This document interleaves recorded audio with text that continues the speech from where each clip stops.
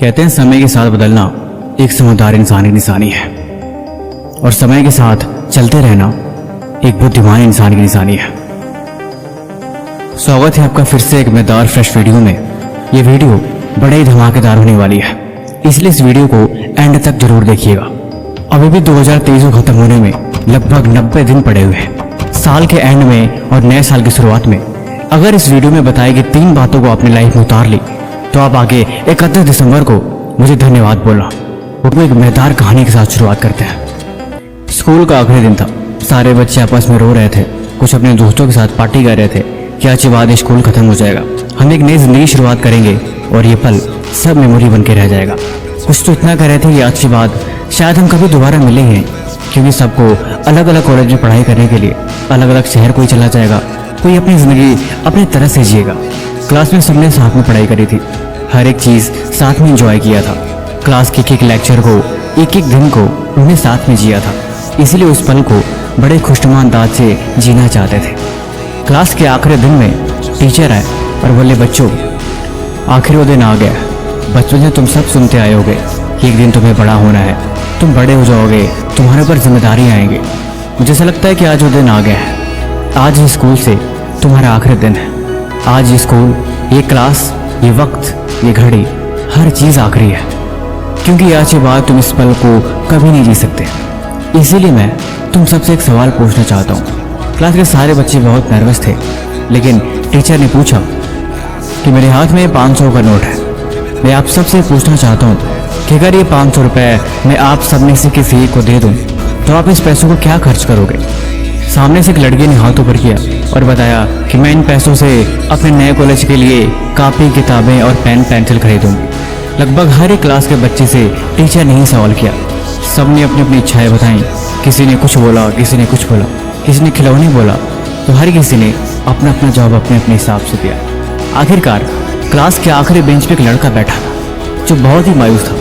Teacher ने आखिर में उससे पूछा कि हाँ भाई, तुमने जवाब नहीं दिया, तुम बताओ कि अगर ये तुम्हें मैं 500 रुपये दूँ तो तुम इन पैसों से क्या खरीदोगे?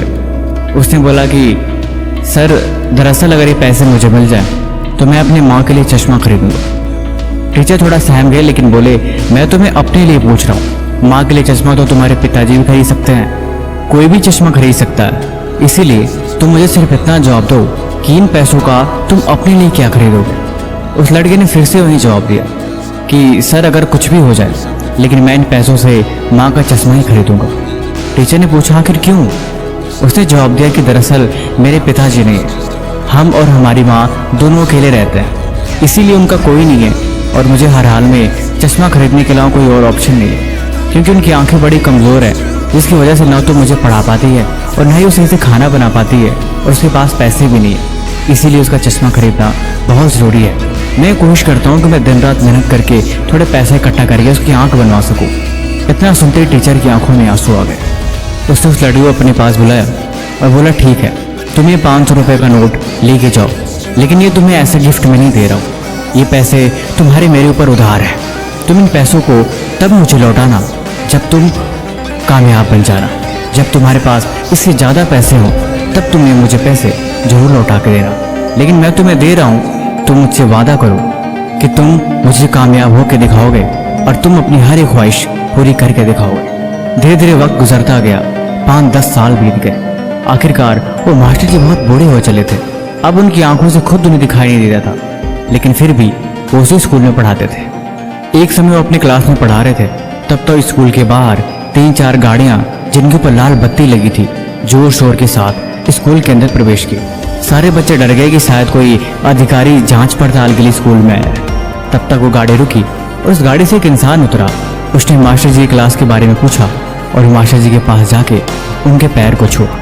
मास्टर जी ने उसे पहचाना नहीं और वो बोले, साहब आप कौन हैं और आप मेरे पैर क्यों छू रहे हैं? उसने जवाब दिया कि आप मुझे साहब मत कहिए, मैं तो आपका कर्जदार हूँ और मैं अपने कर्ज को अदा करने ही आज आपके पास आया। वो टीचर सहम से गए, आप मेरे कर्जदार, ये कैसे हो सकता है? उसने बोला, हाँ ये सही बात है, मैं आपका कर्जदार हूँ। आज के 12 साल पहले आपने मुझे 500 रुपये उधार दिया था और मैंने आपसे वादा किया था कि मैं ये पैसे आपको कामयाब होने के बाद ही लौटाऊंगा।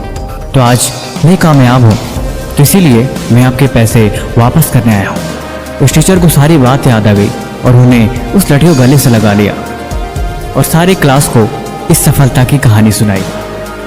ये बात सच है, हर इंसान को जीवन में समय के साथ बदलना ही पड़ता है और बदलना ज़रूरी भी है, क्योंकि जो समय के साथ नहीं बदलते दरअसल वो अपनी ज़िंदगी में कभी बदलाव कर ही नहीं सकते।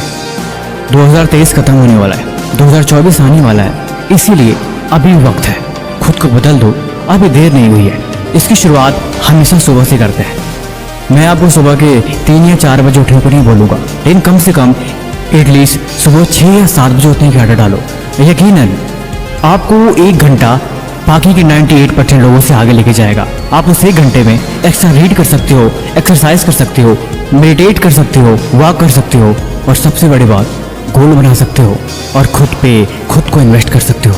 और यही चीज़ और यही हैबिट अगर आपने 90 डेज तक कर ली तो यकीनन आपकी ज़िंदगी में एक नया चेंज देखने को मिलेगा, क्योंकि इसे कहते हैं master the game of morning wake up. और यकीनन ये सुबह के 1-2 घंटे एक्स्ट्रा टाइम आपको बाकी लोगों से 98% आगे लेके चला जाएगा। दूसरा, develop a habit of walking in nature. आप जस्ट इमेजिन करो, सुबह उठे, 1 गिलास पानी पिया और आप 30 मिनट के लिए बाहर नेचर में दौड़ने के लिए चले गए, जहाँ पे आपको शांति, सुकून और ठंडी हवाएं और चिड़ियों की सरसराहट के साथ आपको खुद से कनेक्ट होने का मौका मिलेगा। निकोला टेस्ला, अल्बर्ट आइंस्टाइन, बहुत सारे ऐसे वैज्ञानिक थे जो खुद को नेचर से कनेक्ट करके रखते थे और ज़्यादातर वक्त नेचर में ही बिताते थे।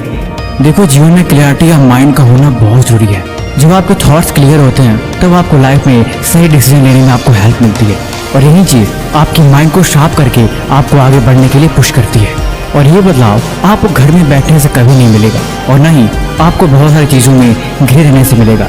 ये चीज़ें तभी मिलेगी जब आप खुद को नेचर से कनेक्ट कर पाओगे और जब आप खुद को रियलिटी से कनेक्ट कर पाओगे, और यही चीज़ आपकी लाइफ बदलने में बहुत बड़ा रोल अदा करेगी।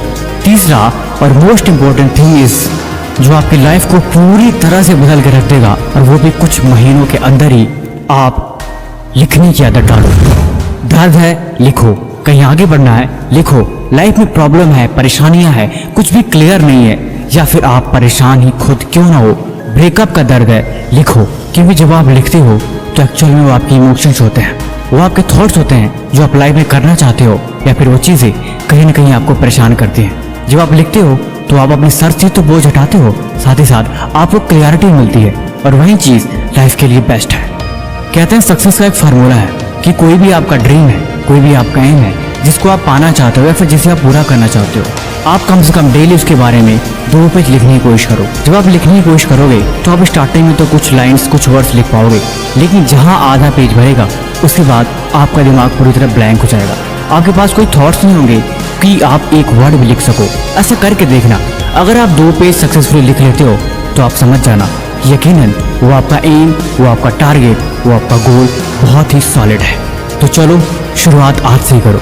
बाकी मुझे दिसंबर के एंड में बताना कि आपको ऐसा करके आपकी लाइफ में क्या क्या चेंजेस आए और आपको कितनी डिफिकल्टी हुई इसे पूरा करने में। भाई किसी भी तरह का सवाल है तो भी कमेंट बॉक्स में लिखो, या फिर कुछ पूछना है तो वो भी लिख सकते हो। तब तक मिलते हैं हम आपसे एक और नई मजेदार फ्रेश वीडियो के साथ अगले दिन। धन्यवाद।